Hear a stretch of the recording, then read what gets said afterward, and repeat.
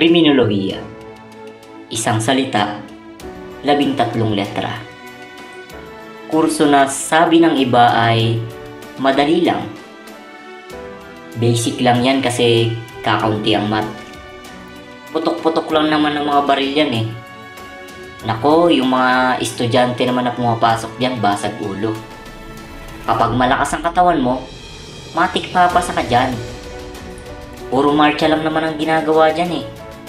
Ilan lang yan sa mga salita at bagay na naririnig ko mula sa iba tungkol sa ating kurso. Ang hindi nila alam, nasa likod nito ang mga estudyante na pinipilit lumaban at bumangon sa pang-araw-araw nilang pamumuhay. Mga batas na pilit sinasaulo at pagkasyain sa utak. Ginagawa ang mga bagay na hindi naman gusto at hindi naman talaga nakasanayan. Disiplina, respeto, at pakikipagkapwa-tao. Ilan lamang yan sa mga bagay na kailangan taglayin ng isang estudyante na tumatahak at nag-aaral ng kursong kriminolohiya. Dapat disiplinado ka sa mga kilos na pinapakita at mga bagay na ginagawa mo. Para sa hinaharap ay maging matagumpay ka gaya ng iba. Kailangan din na marunong kang magpakita at magbigay ng respeto sa mga nakakasalamuha at lalo na sa mga nakakataas sa iyo.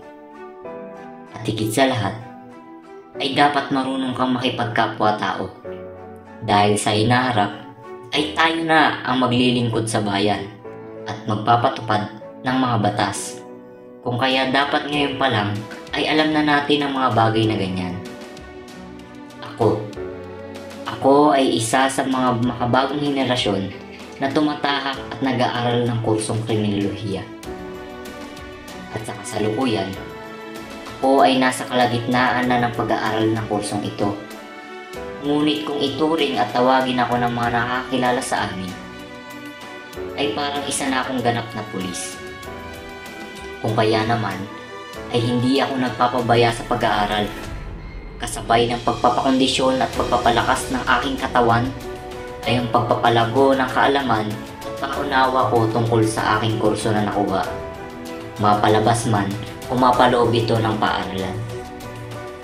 Tinutulak ko ang aking sarili na maging mas magaling at mas magandang bersyon ng aking sarili sa mga nakalipas na panahon. Inaalam ang mga kahinaan at kalakasan upang mas makilala ko pa ang aking sarili at magamit ang mga ito na kasangkapan sa pag-abot sa aking pangarap. Marami mang problema at pagsubok ang kinakaharap ay gagawin ko ang lahat upang sa huling marcha ko ay masuot ko ang aking toga, hawak ang diploma at kasama ang aking pamilya.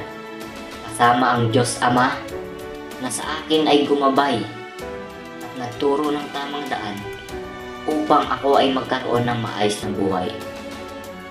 Na sana balang araw ay makamit ko ang lahat ng ito at maging ako ang gusto ko sa kasalukuyan.